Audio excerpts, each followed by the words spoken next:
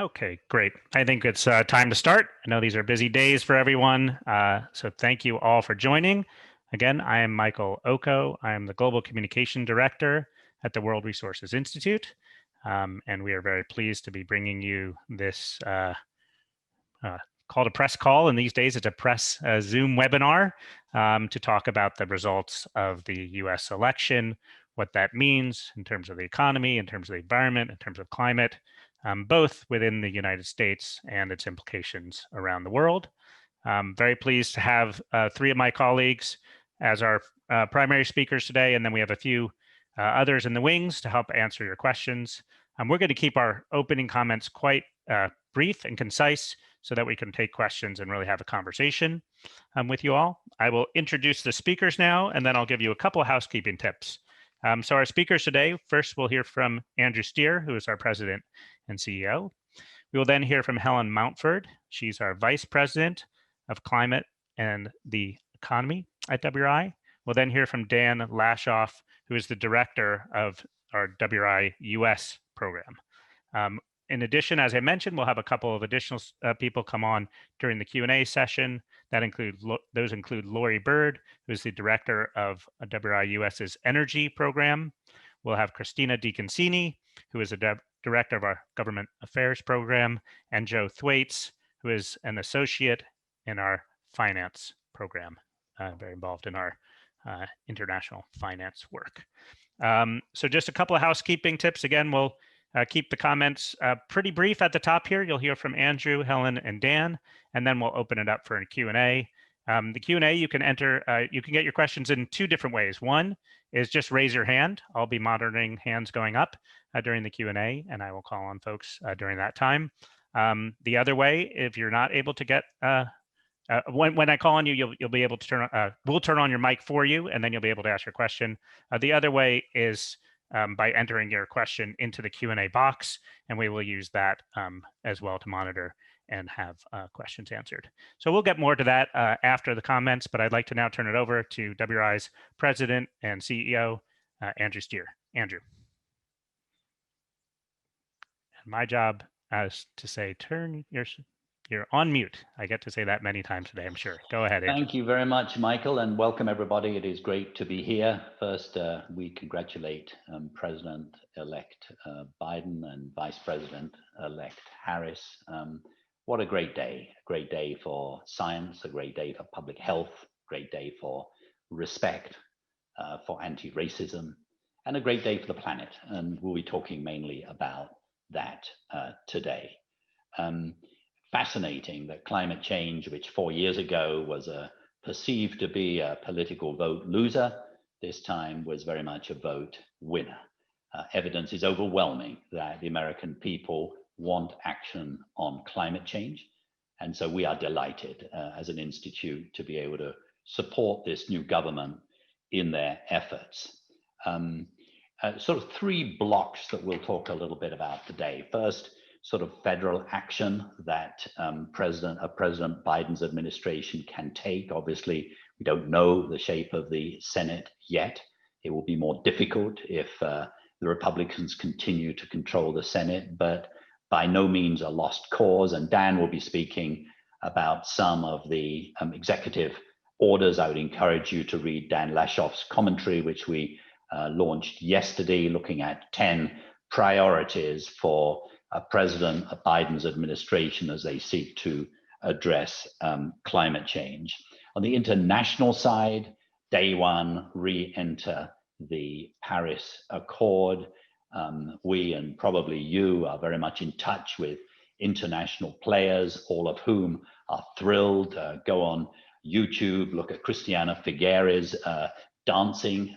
The notion that the Americans are back in the game on Paris, the fact that we will have an administration that actually realizes how serious the issue is, that will engage with Europe, will engage with China and India and the other key players. A great day, and talking with the British and UNFCCC, who are responsible for COP26, a great welcoming that the world's indispensable leader on issues of technology and so much else will be back in the game very, very encouraging. Now, of course, a Biden administration, if it's joining the Paris deal again, it needs to come up with its own goals for 2030. It needs a new NDC. We've done a lot of work on this. We would recommend that a 45 to 50% reduction in emissions over 2005 would be an appropriate and very doable goal to have. We specialize in looking at the sort of the economic implications and the social implications. We believe that a bold NDC would be good for citizens, it'd be good for competitiveness, it'd be good for jobs, has to be done right, has to be designed well. And we believe this new administration understands how to do that. In addition to sort of federal action and international action, there's another type of action which is important, and that is what you could call federalism. And by that, I would encourage you to look in our website at what we call the new climate federalism. And that is basically the job of a federal government is to work with the states and with corporations and with cities. In most countries, as they try to implement climate policies, they don't do a brilliantly good job at linking federal action to subnational action. Most countries in the world, for example, don't have national urban strategies that then link to city strategies. And one of the most exciting things that the new administration needs to do is to try and do that. Because remember, over the last 4 years, it's been the cities, the states, and the corporations that have led, together with NGOs and scientists and so on. And so what really matters now is that the helping hand of the federal government comes alongside things. It's also profoundly, and let me end here, exciting to see citizen support, young people, and so on. And so we're looking forward to a very exciting 4 years, and certainly from the standpoint of WRI, we want to be as helpful as we possibly can. Thanks very much, Michael. Great. Well, thank you, Andrew, for sharing those opening thoughts. We'll now turn to Helen Montford to give a perspective on what this means for the international community, particularly with regard to climate change. So, Helen. Thanks very much, Michael, and thanks, Andrew.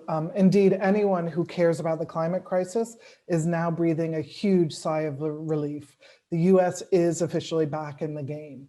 But the diplomatic terrain has also fundamentally shifted from where it was when President-elect Biden last served in the White House, and we need to bear that in mind. What we've actually seen recently is other G20 countries have really been stepping up on climate action, recognizing the urgency of the climate crisis, even in the midst of tackling a global pandemic. So we've seen just recently, China has announced a target to zero out its own emissions before 2060. Japan, South Korea, and South Africa have announced similar net zero targets for 2050. And the European Union, of course, in the last year has passed a Green Deal and has dedicated 30% of its total economic stimulus package and its next multi-year budget to climate action. So we're seeing some real leadership in the G20. Now, all of this actually complements the leadership we've already been seeing from a number of vulnerable developing countries who've been stepping up over the last few years, and what we're seeing also from companies and from investors, as Andrew mentioned. We've got over 1,000 major companies worldwide now that have set ambitious emission reduction targets aligned with the science, and more investors are shifting away from fossil fuels and towards clean investments. It's where the smart money is heading. So all this means that President-elect Biden will have only a very short honeymoon period to catch up if he wants to stand arm in arm with leaders on the global stage. The signal so far suggests that he is more than up to the challenge, so we're looking forward to that. What will that actually look like? There's 4 things we'd emphasize in terms of the international perspective, what President-elect Biden needs to do to step up. First and foremost, as Andrew said, is really rejoin the Paris Agreement on day 1. He's committed to doing so. We expect that to go ahead. That's not going to be enough on its own.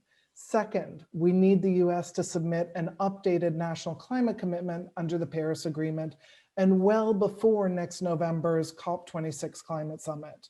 As Andrew said, and my colleague Dan can explain further, from WRI, we recommend that they submit one which is 45 to 50% below 2005 levels by 2030. We think that's realistic, ambitious, and it's good for the US economy and for Americans.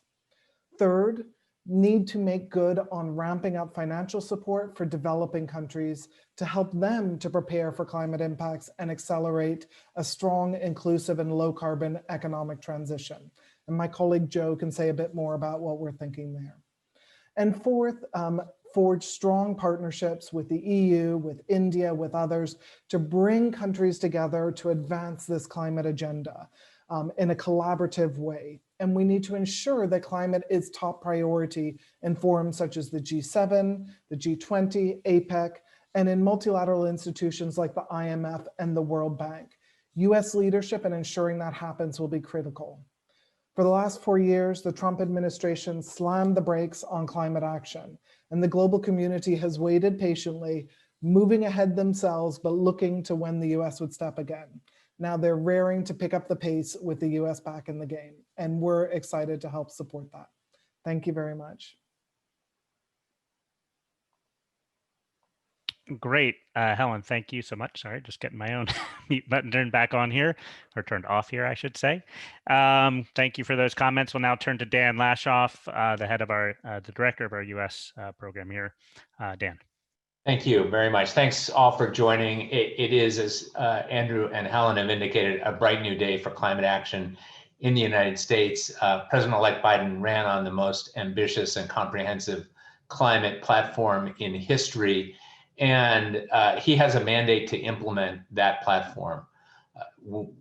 Exit polls from Fox News show that 70% of voters support increased federal investment in the clean energy transition. And that's from Fox. Many other polls show that there's overwhelming bipartisan support for that type of action. And we know that young people turned out in unprecedented numbers in this election, and that a major motivation for them was the ambitious climate agenda that President-elect Biden ran on. In a close election, there's lots of things that are critical to the outcome, but the youth turnout was one of the critical factors to the outcome of this election. So there's a real mandate to act. Now, President Biden will have his work cut out for him to reverse the damage that's been done over the last 4 years. And one of his major challenges is going to be to rebuild the capacity of agencies like the Environmental Protection Agency's Interior Department and Department of Energy, whose expertise has been eroded. To be successful, he's going to need to focus on a smaller number of very high impact actions, in addition to pursuing the very expansive agenda that he's put forward. In my commentary, I outlined 10 priorities. That's up on WRI.org. I urge you to look at it. But in the interest of time here, let me summarize those in 4 buckets for the domestic agenda. First, as both Andrew and Helen mentioned, the Biden administration will need to set a 2030 target. That is not currently part of their platform. They've set a very ambitious and important goal of zero net emissions by 2050. That is part of the platform. There's a recognition that a 2030 target is needed. As Andrew said, our analysis shows that 45 to 50% is ambitious and achievable. And that target's not just necessary for the international community. It is needed for that, but it's also would serve as a North Star for all of the actions that the administration takes domestically. Second, President Biden can use his executive authority, and he needs to use it to achieve the maximum possible emission reductions. He should issue an executive order to the agencies to look at all of their authorities and take action, not just to reverse the rollbacks that the Trump administration took, but to move forward with stronger actions. I'll highlight just one, which would be probably the most impactful, and that is setting a clean car standard that builds on the previous ones that were in place in the Obama administration, and that is driving towards zero emissions for new vehicles by 2035, as California is planning to do, and as many countries around the world are starting to adopt. Third, President Biden should negotiate a strong deal with Congress on budget bills. Even if the Democrats don't have full control of all three branches of both houses of Congress and the White House, the president has an enormous amount of leverage in legislation that spends money that is required every year. And so he needs to use that leverage to maximum effect to get his priorities for investing in clean energy infrastructure, such as electric vehicle charging, upgrading our schools, upgrading the electricity grid to support more wind and solar. Fourth, and I'll stop here, President Biden should seize opportunities for bipartisan legislation, and we believe there will be some. There's bipartisan support for a bill to phase down the use of HFCs, the super pollutants found in refrigeration and other cooling equipment. That's a big contribution. There's clearly bipartisan interest in planting trees and other nature-based solutions, and in technology development, including around carbon dioxide removal. So with that, I'm happy to turn it over back to Michael for the Q&A session. Great. Thanks, Dan. Thanks to all of our speakers. So we will now move along, and we're going to turn over to the Q&A portion of this conversation. We do have a lot of participants, and I'm sure there are quite a few questions that people want to ask as we're just entering into these early days with the new president-elect. To ask a question, you can do it one of two ways. You can raise your hand. You should see that function at the bottom of your screen, and just put up your hand and we'll call on you. And you can also use the Q&A box, and we already do have some questions there. So I'll probably try and do my best to jump back and forth a little bit between those two and keep the conversation moving along, and remind our speakers that there are a lot of people and a lot of questions coming in, so we'll try and be crisp on our side too. I'm going to go first to Marianne Lavelle asked two questions, and I actually think they might be connected, and this could be for Andrew or somebody else. Marianne asks, what do you see as the greatest challenge Biden faces aside from control of the Senate in enacting his climate policy? Marianne, you later ask, how do you anticipate the pandemic affecting the ability of the Biden administration to make climate progress, and how can he avoid climate being put on the back burner? So I'll let Andrew kind of talk about both challenges for the Biden administration, and specifically how the pandemic might affect incoming President Biden's agenda on climate. Andrew. Well, I think exactly as you imply, Michael, and probably in your question also, Marianne, the biggest challenge is he's got so much on his plate, and how brilliant it was on Saturday night to hear him say there are 4 challenges. The first 3 are the ones that people might think intuitively you do first. The 4th was climate change, and all around the world, countries are saying, oh, wait a minute, we'd love to do something on climate change, but for heaven's sake, we've got the worst pandemic ever. We've got an economic crisis. We may have a racial crisis too. We need to focus on that first. And what the analysis shows is that actually, if you want to restore your economy, you want to spend your money on things that disperse quickly, that generate jobs, that are good for health, and make sense. And it turns out that the evidence is just totally overwhelming, that if the United States, has already sort of allocated, 3 trillion, it may be another 1 or 2 coming along, just think about how do they spend their money. The temptation is you rebuild what you had before. You build yesterday's economy. And in some extent, that's what happened 10 years ago, to some extent. We rebuilt the same economy that got us into trouble, with some exceptions, because the Obama administration did invest in some very important green technologies. But the evidence is overwhelming. Invest in energy efficiency, invest in nature-based solutions, invest in green power. And actually that will lead to 2 to 4 times more jobs than if you invest in cement-intensive, fossil fuel intensive. So the real question will be, is it possible to thread that needle in a way that is persuasive? Some countries are really starting to do it. Europe is doing that, European Union. Korea is doing that to some extent. Even India is doing some good things. Canada's thinking about it. And so I think the real challenge will be to do the two together. And of course, a greener future is also a much healthier future. So, and this applies, by the way, worldwide. I think 3 billion people in the world today do not have water so they can even wash their hands in a truly healthy way. So in other words, investing in sustainable investment actually addresses health issues as well as climate, as well as economic issues. Great, thank you. Andrew, again, in the interest of moving along, I'm going to go to the next question. I'd like to ask Megan Rawling, who has her hand raised, and Emily, if you could unmute Megan Rawling, that would be great. Hi, thank you. I wanted to ask about climate finance, international climate finance. Obviously, under Trump, the United States didn't deliver on its $3 billion pledge to the Green Climate Fund. And there's still $2 billion outstanding on that. Just wondering what process you see happening to get that tap turned back on again, maybe one for Joe.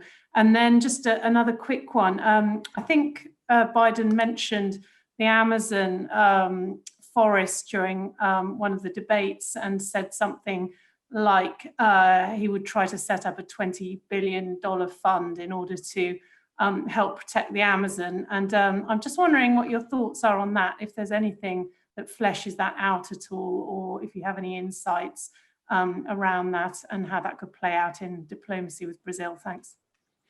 Great. Thanks, Megan. So we'll bring Joe Thwaites on again. We have Joe Thwaites, as well as Lori Bird and Christina DiConcini, among others, who are available for questions. So Joe, do you want to take the climate finance one first? Sure.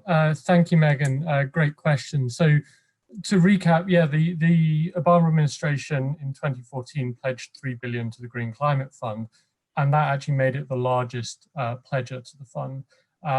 They delivered $1 billion of that pledge, but the Trump administration refused to advance further payments, and that caused the US to drop to being now the 5th largest contributor. So the Biden administration has said that they will recommit to the Green Climate Fund, and we interpret that to mean that they would be working to deliver that outstanding $2 billion to the GCF. There's also a strong expectation, both from developing countries and partners in Europe, that the US would go further to make up for this lost time. Last year, developed countries made a new round of pledges to the fund. Many of them doubled their contributions. So there will be some pressure on the Biden administration to step up and match this level of effort.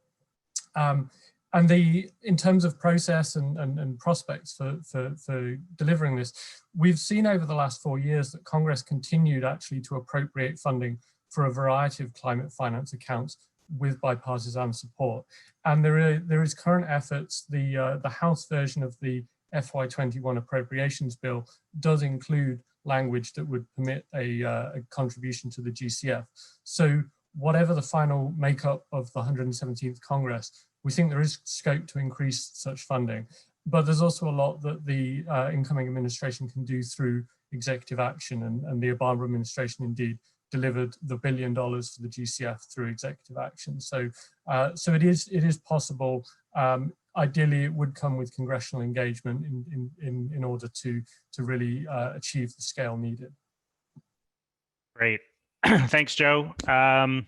And let's turn to Helen, perhaps, to take the question regarding the Amazon and what we might look for there. Helen. Thanks, Michael, and thanks, Megan. Very good question, an important one. I do think one of the things that we've been doing recently is working with a number of counterparts in Brazil with our WRI Brazil team to look at where the economic opportunities are for a different growth path for Brazil, one that does not involve deforestation, one that actually is towards a more green recovery. And we released a study in August on a new economy for Brazil, which very much echoes what Andrew just said a moment ago about how much better for Brazil, for the economy, for Brazilians, a greener growth path would be. So I think there's a strong basis and a very strong emerging basis, not just clearly the science, but also on the economics and the sort of social benefits of why it's important to tackle deforestation in the Amazon. Certainly a number of countries in the region, Colombia, the Letitia Pact with Brazil and with others, has really said this as a priority. I think one of the first challenges for the Biden and Harris administration is really going to be reestablishing some of those discussions and dialogue around this, looking for where those opportunities are, how to advance them. What our work and that of others has shown is that one of the barriers to moving forward more rapidly on some of these opportunities is a lack of financing. So certainly finance has a role to play, and being able to leverage private finance through some strategic international finance would be fantastic. But I think before getting there, a first step is really to actually have those political level and diplomatic dialogues, discussions to make sure everyone's on the same page in terms of the opportunities, what's needed to seize them, and what the benefits are for climate and for the people. Great, thank you, Helen, and super helpful. And obviously, WRI is a global organization. We have offices in Brazil, India, China, Indonesia, in Africa, and Kenya, and Ethiopia. So we also have a very strong U.S. program, but we are looking at this internationally, and we can both answer questions here on the international picture and also help connect you with others. I'm going to go back to the board here on questions.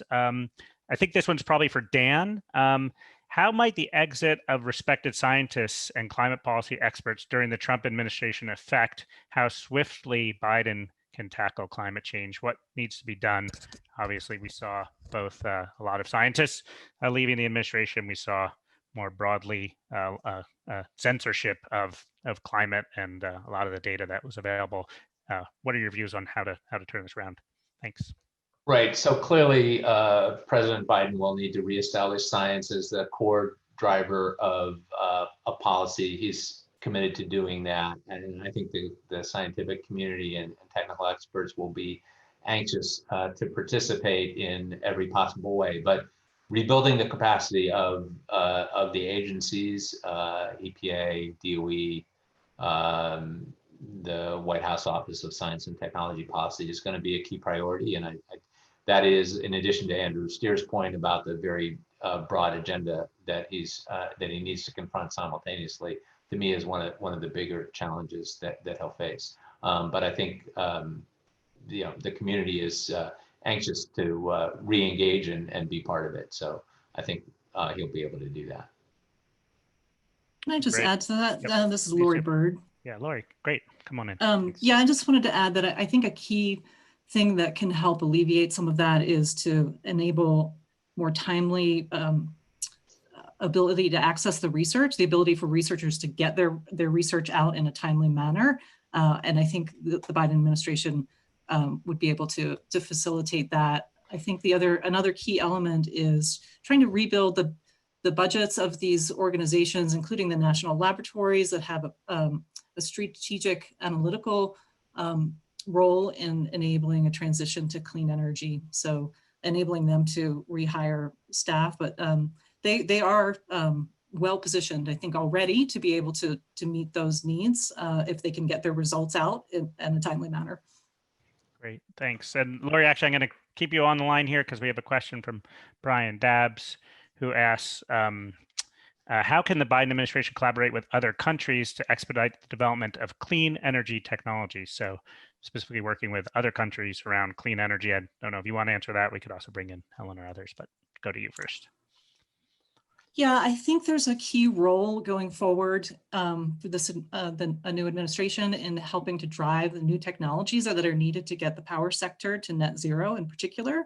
So we've made a lot of progress on wind and solar energy. Those prices have come down dramatically in the last decade. Same thing with storage, with lithium-ion battery storage in particular. But we need additional technologies to really get to high penetrations of clean energy in the electric sector and in other sectors as well. So collaboration on trying to bring down costs of hydrogen and expand the deployment of new technologies, that being hydrogen, new forms of storage, other forms of dispatchable clean energy that can help us get the power sector to very high, to net zero. Great. Thanks, Lori. I'm going to turn back to the phone line here, the internet line, the Zoom line, and ask Neela Banerjee to come on with a question. Neela and Emily, if you could unmute Neela's line. Thank you. Hey, can you hear me? Yep. Okay, great. So I wanted to get one small clarification, and then I had a question for Andrew or Helen. The clarification is that this goal that you see doable, a reduction of 40 to 45% over 2005 levels by 2030. Is that assuming that Biden would face a divided Congress going forward, or is that's my main assumption? And that I wanted to get a clarification for that. And my other question is, Andrew mentioned this notion of climate federalism, and indeed a lot of states and municipalities have been moving forward on climate action. What could a Biden administration do specifically without congressional support to to give those efforts greater momentum and efficacy? So that's it. Thank you. Great. And I'm gonna just clarify, and I wonder if I or somebody may have misspoken, but the target that we've set is 45 to, or the target that we've suggested, we don't set it, we've suggested is 45 to 50%. Okay. So I think you, but I think somebody else may have also thought that. So just to clarify again, the WRI recommendation is in the realm of 45 to 50% below 2005 levels. Did somebody want to come in on the question itself, Dan? Yeah, I can come in on the clarification there. So I think that range is there because of uncertainty about what level of cooperation can be obtained from Congress. So I think the analysis from America's Pledge showed that with a full court press from the federal level, as well as continued action from states and cities in the private sector, you could get to 49%. That analysis is a year old and things are moving quickly. So we think 50% is realistic at the high end. And the reason we're suggesting a range here is because of uncertainty about how much cooperation you can get from Congress. But as I outlined, lots of things that we expect the Biden administration to be able to do, either using executive authority or by getting bipartisan agreement. Just if you look only at subnational action without any help from the federal government, America's Pledge analysis showed that you could get as much as a 37% reduction. And so we think that with the federal government amplifying those actions and complementing them, even with challenges in Congress, 45% is realistic. Great, thanks, Dan. Neela, did we get to your both your questions there? Sorry, I was focused on the number. So did we get both of them in? No, I'm glad you fixed the number, but not quite the second question, which was about, like, if you guys could give, concrete examples of what a Biden administration could do without congressional approval to add to the momentum that states and municipalities have in their climate efforts. Like, is there anything that comes to mind, something that's happening in a particular state or community that could make great gains if there was more federal assistance there? Great. I don't know, Dan, if you have anything off the top of your head, we could bring in Lori as well on the energy side. But Dan, did you want to cite any specific opportunities? I think probably a lot out there. There's a number of things, but Lori can maybe start. Great. Lori, do you want to talk about the energy opportunities? Thanks. I think so. I think there is tremendous opportunity still to drive the clean energy transition at the state and local level. There's been a lot of interest there. One of the key challenges that they face are budget issues with respect to COVID impacts, right? So one of the key things that they need is support from the federal government in terms of stimulus that can help them achieve their goals and drive progress forward.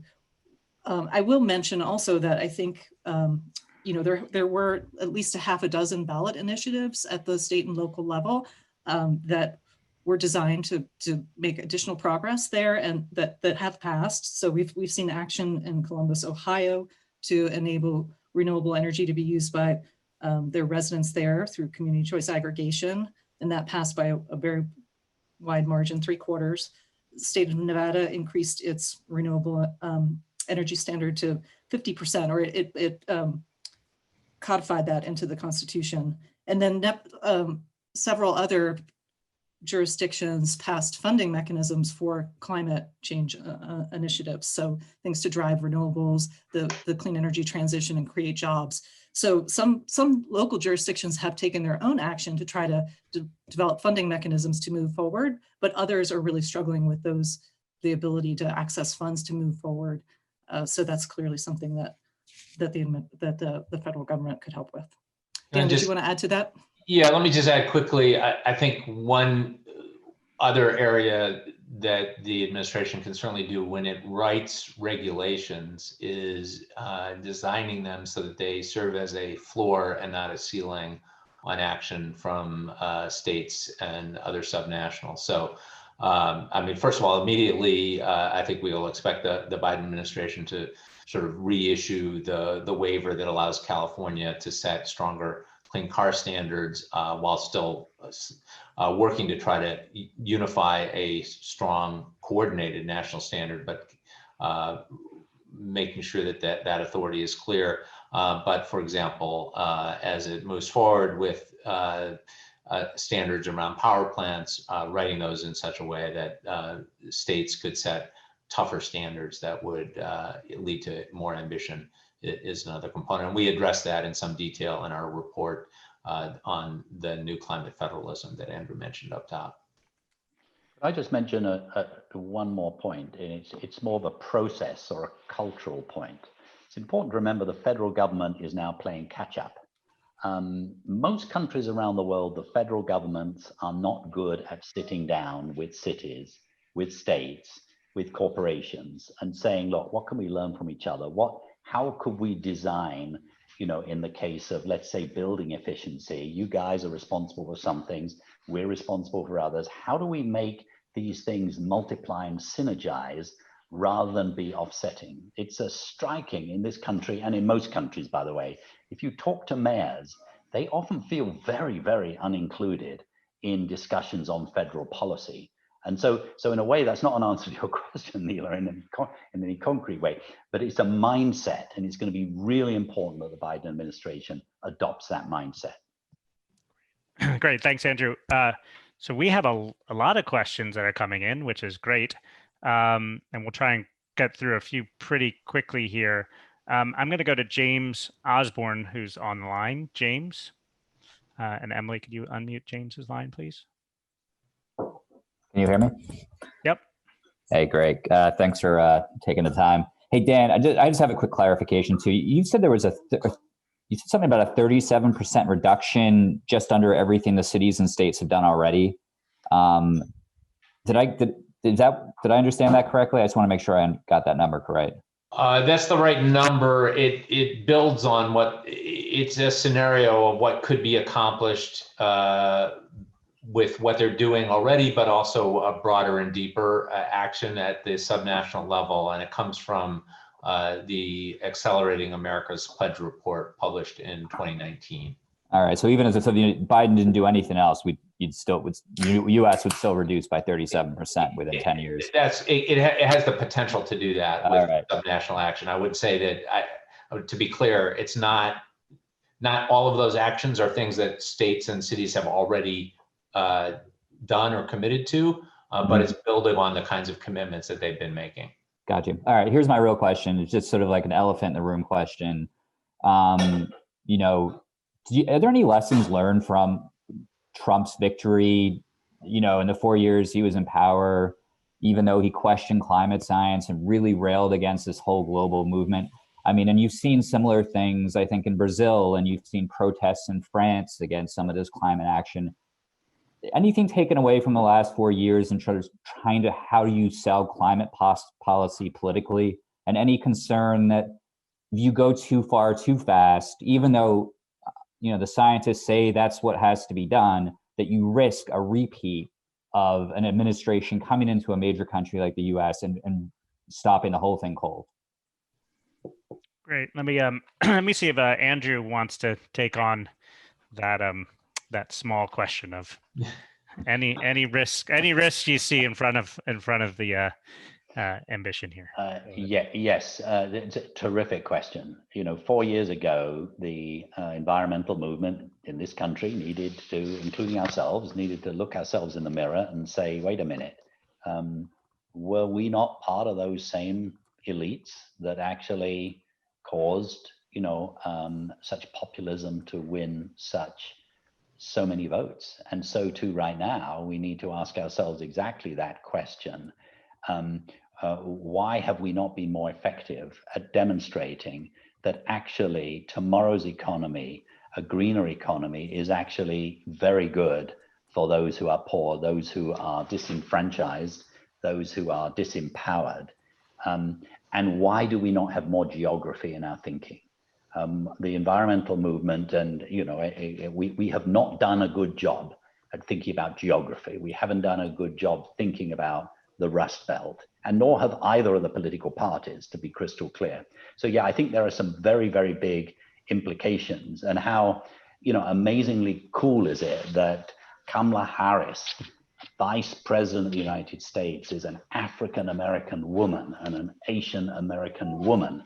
And we all need to really bring the social side into the way we think. I should say that in the World Resources Institute, we are just appointing a new director of governance, and we're changing the title to include inclusion and anti-poverty in that as well. So all of us have a lot to learn, I believe. And the kind of work that Helen's team does on the new climate economy, I think we've all done a brilliant job at demonstrating there are more jobs, there are better jobs, there's more competitiveness.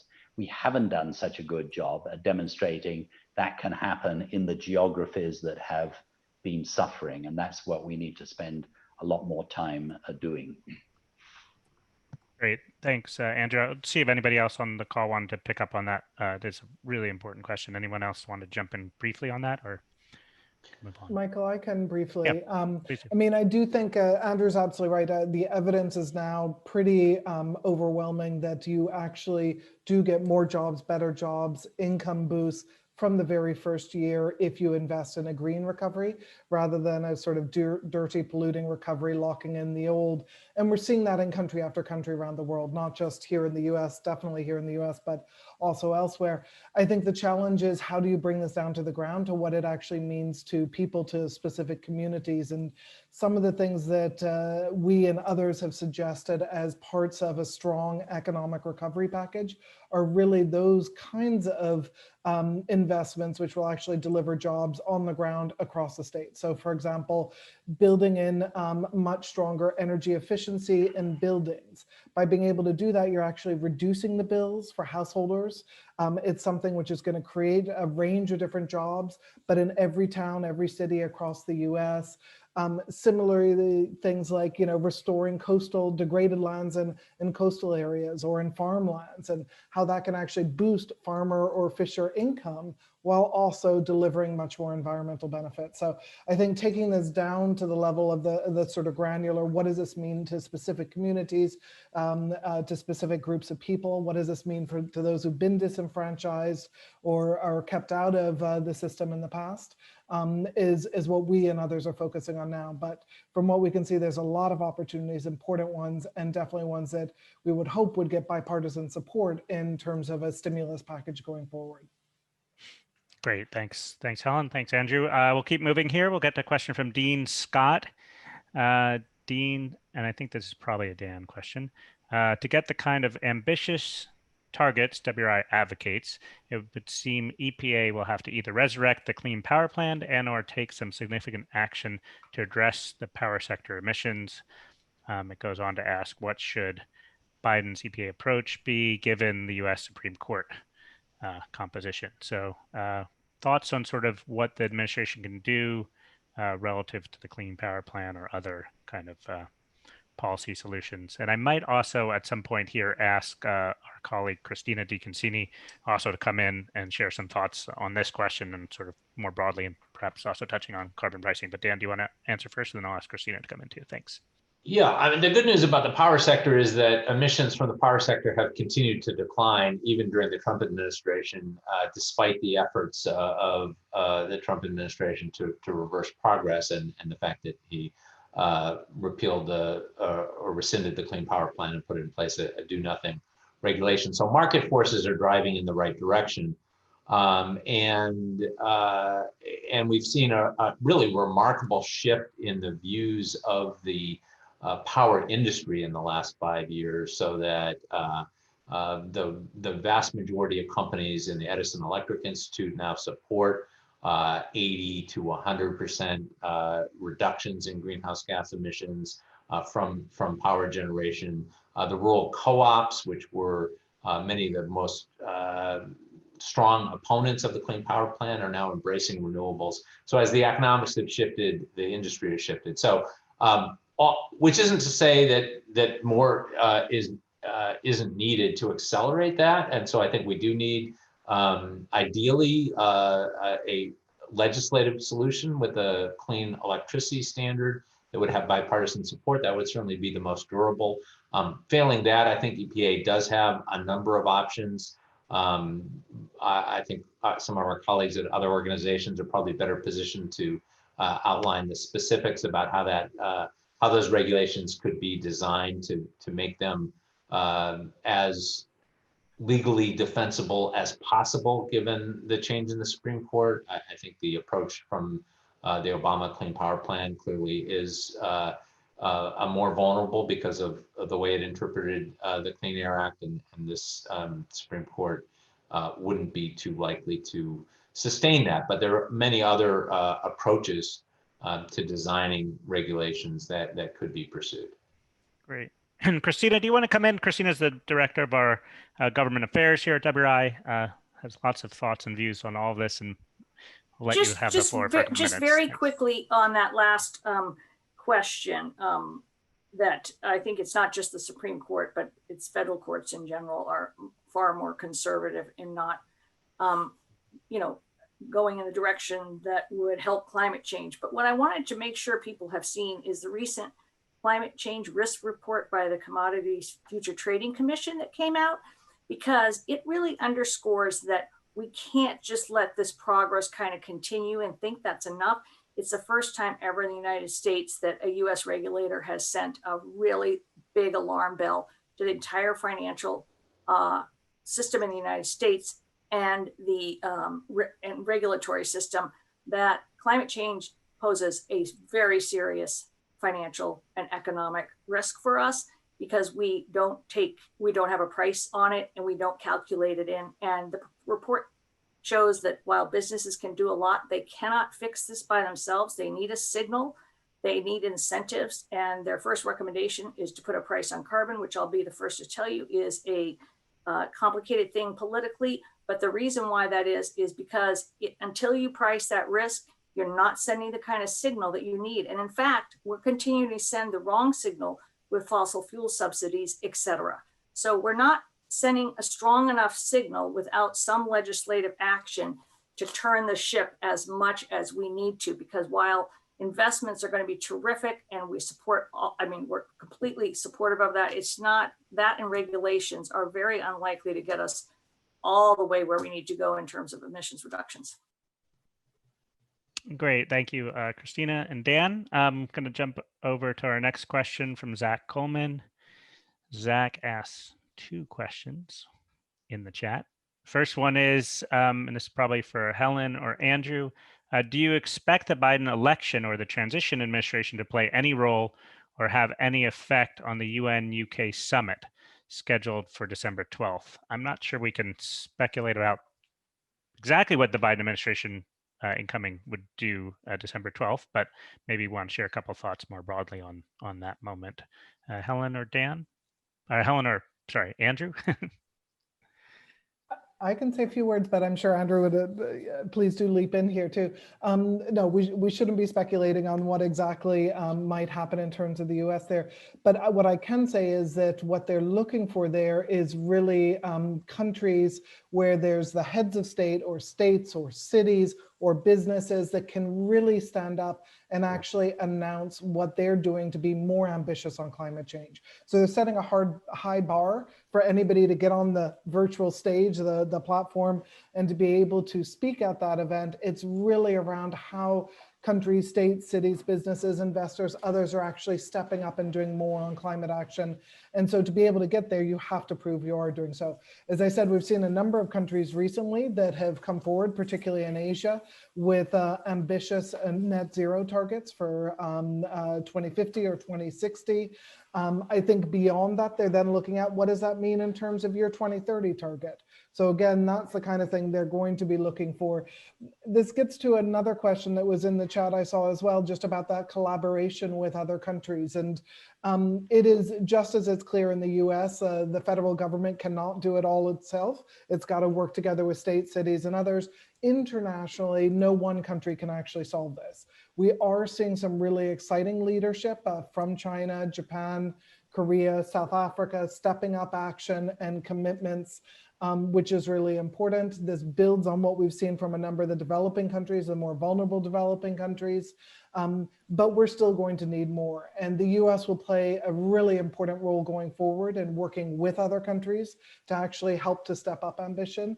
It's much easier to go together, to move forward together rather than each to move alone. And there's some important areas that we've mentioned briefly before, but where real collaboration internationally could help advance the agenda. For example, on reducing methane emissions from oil and gas, some of the methane leakage there, setting sort of agreeing approaches to this internationally can really help, and many others. Fossil fuel subsidy removal is already on the agenda for the G20 and G7 with commitments.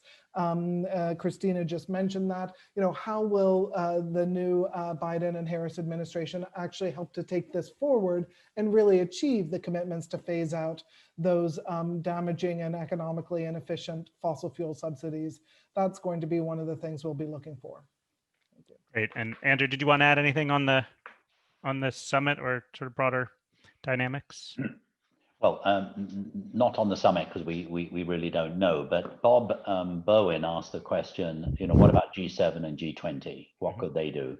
And the answer is, I believe, a lot. And now with the Biden administration pushing for that, I mean, it's totally inexcusable that there should be a G20 summit this year in Saudi Arabia, and that United States and Brazil and Saudi Arabia and Russia, said, no, we don't want to address the most, challenging, tough global collective action that we're all facing. What should they do? They should put this central to their agenda every year. Of course, next year, Italy will be chairing G20, the United Kingdom will chair G7. And basically, they should organize it around the global transitions that need to happen. So they should energy, food and rural areas, manufacturing, consumption, transportation. And they should have a vision. They should create a vision for the world as to what kind of how we could bring in the revolution. And even my golden retriever is barking in agreement with that. So very exciting it's going to be, I believe. And certainly, listening to Boris Johnson a couple of days ago on the television talking about how excited he is that a Biden administration will engage in the lead up to COP26. Very encouraging. Great, thanks. So I'm just doing a quick time check here. I think we'll try and continue to answer some of these questions. I realize we're coming up to the top of the hour, but we do have quite a few more questions. We'll get to a few more of these. We might go a few minutes after the top of the hour. I'm aware also that people are busy, and we will try to then, if we can't get to your question here, we will try to follow up with you in writing, or we can put you on the phone with any of our experts. Again, there are lots of issues to discuss here. You can reach out to me, Michael Oko, but your better bet is reaching out to either Lauren Zellin or Mancy Huff or Reese Gerhold, who leads our climate communications. So I'm sure you're all in touch with those folks. And again, we'll get through a few more of these for people who can stay on, and then we'll follow up if we don't get to everyone. So the next question up is from Kate Fehrenbacher. Dan mentioned a clean car standard, but without that, how does WRI see the Biden-Harris win? Uh-oh. Somebody took the question away as I was answering it. That's right.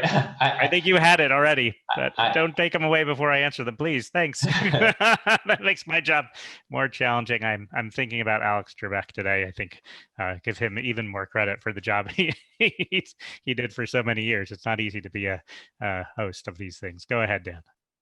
So yes, beyond the clean car standards, what can we do to advance clean vehicles? And the answer is a lot. The Biden campaign platform emphasizes investing in electric vehicle charging infrastructure, which we know is both critical to serve the increasing number of clean cars that we will have on the road, electric cars, but also that the availability of charging infrastructure, its visibility is something that will help accelerate that market transition. So both charging infrastructure for long distance trips, for example, along the interstate highway system in the US, but also in urban areas that serve people who live in multifamily housing who don't have may not currently have an option to plug in a garage. So there's a lot of investment in that area. Another thing that I would emphasize is federal support for transitioning, particularly the bus fleets, both school buses and transit buses, as part of the stimulus. That's a good way to get money to localities that not only provides a boost immediately, but lowers their long-term operating costs. And finally, Biden has focused quite a bit on investing in domestic manufacturing capacity for electric vehicles, for both batteries and assembly and motors, and that transition is really important to the future of auto industry jobs, and something that he has really committed to. Great.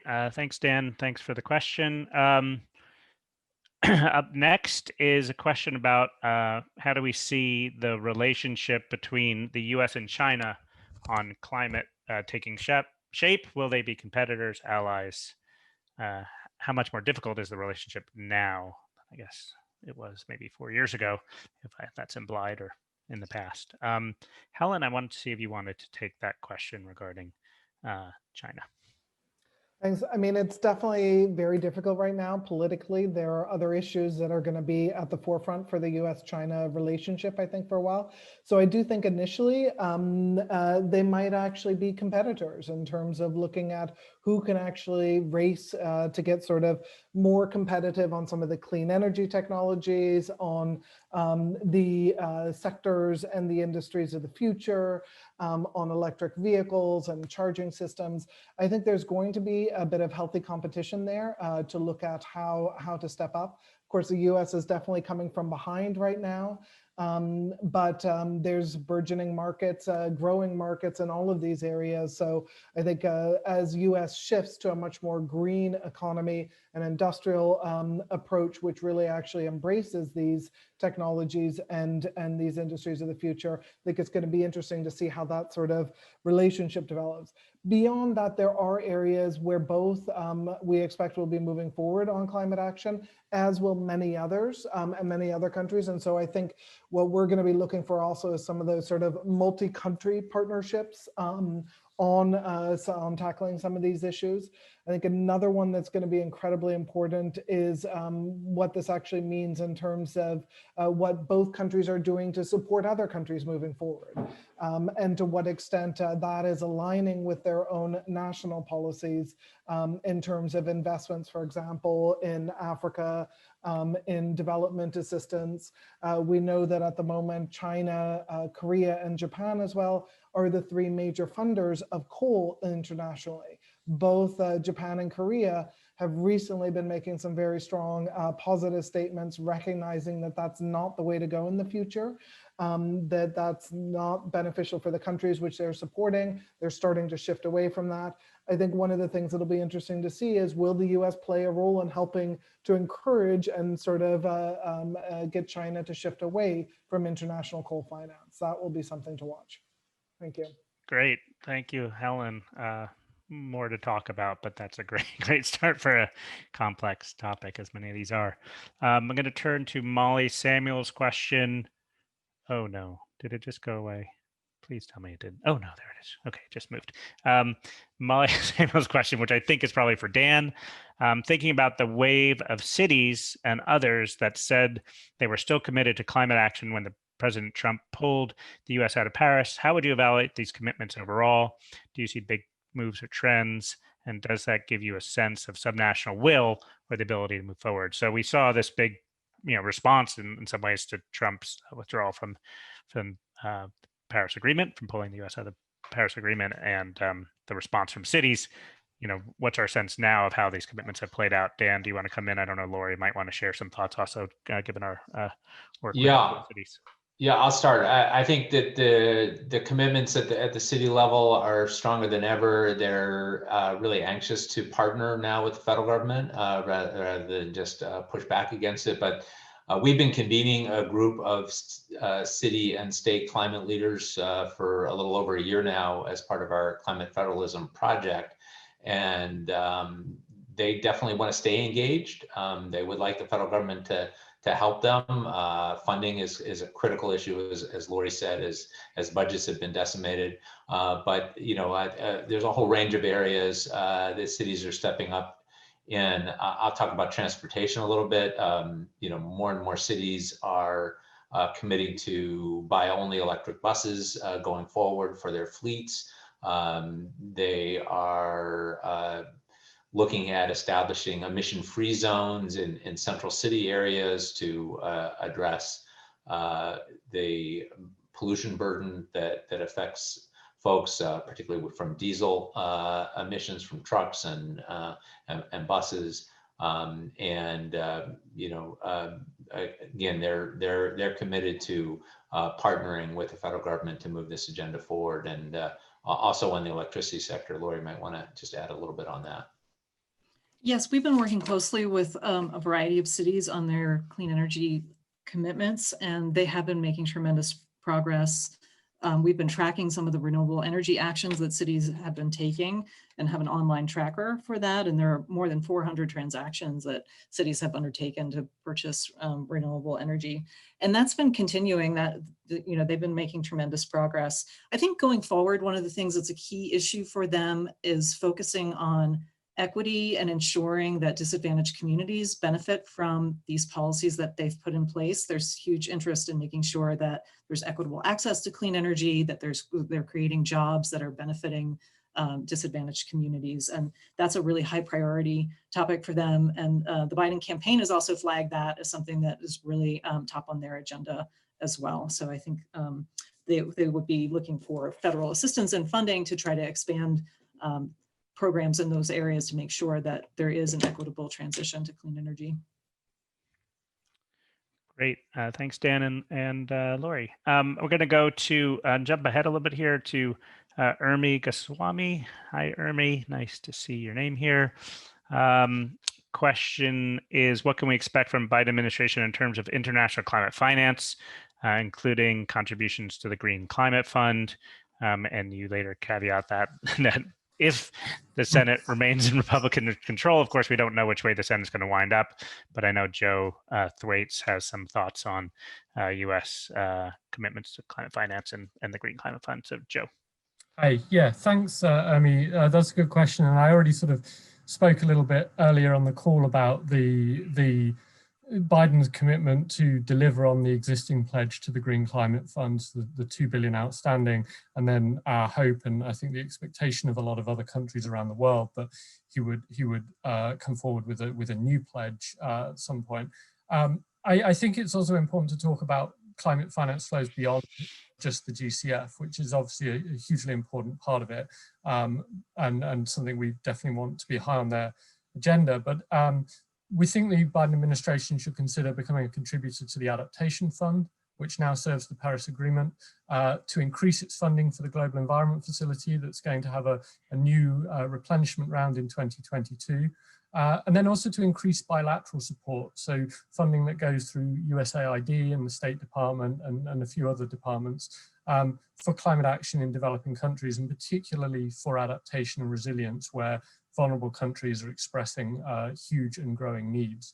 And I think the good news is that Congress has continued to appropriate funding over the last 4 years for a variety of these accounts, particularly the bilateral and the Global Environment Facility budget lines. So there is a lot to build on there, and it's actually one of the areas where even when the Congress was entirely in Republican hands from 2017 to 2019, they continued to fund some of these climate accounts. So I think there's a basis there to build on, and with a re-engaged executive, there is a lot of potential to scale up.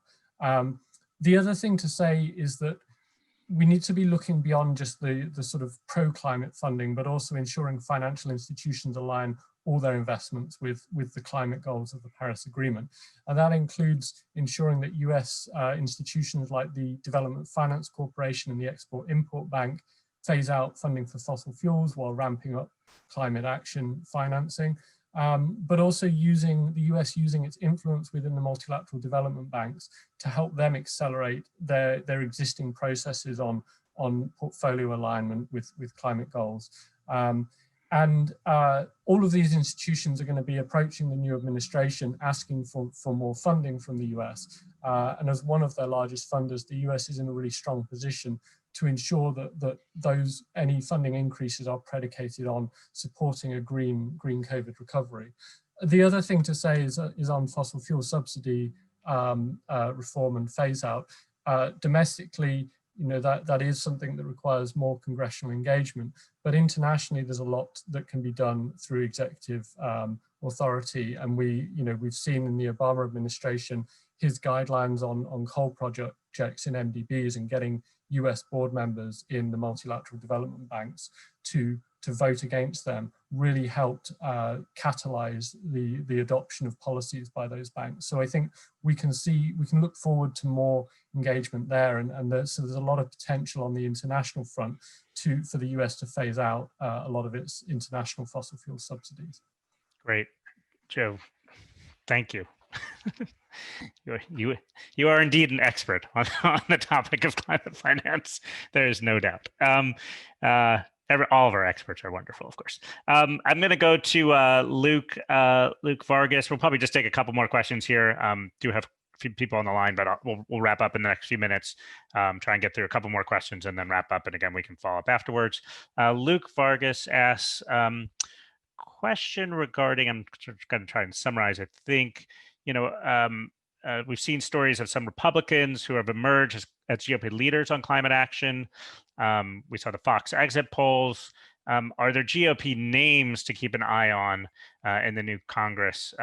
So I might ask our experts to think about, we may not want to be naming names at this stage of the game, but are there initiatives or efforts underway that you're aware of that show potential or show how bipartisan support is playing out?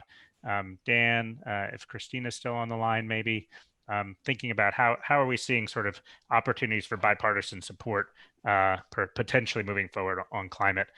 If you want to name names, that's fine with me. I don't know if we're tracking in that detail or we want to do that on this call today. I'll jump in just for a second. Great. There's strong bipartisan support for the energy bill that has HFCs in it. A lot of investment for renewable energy, a lot of investment for R&D, CCS, et cetera. That could absolutely move forward. I hope it does move forward. I think in terms of that question, in addition to Braun, who are the other people I'd keep an eye on? I'd keep an eye on Romney. I'd keep an eye on Murkowski. But we don't, I don't have a crystal ball at all on what's going to happen. But those are a couple quick bipartisan things I would think that might be places to look. Do you want to mention any of the efforts that we're involved in, like with with some of the Yes. businesses or those kind of things? Yeah, we're very actively involved in the CEO Climate Dialogue, and this is 21 CEOs from top Fortune 100 companies.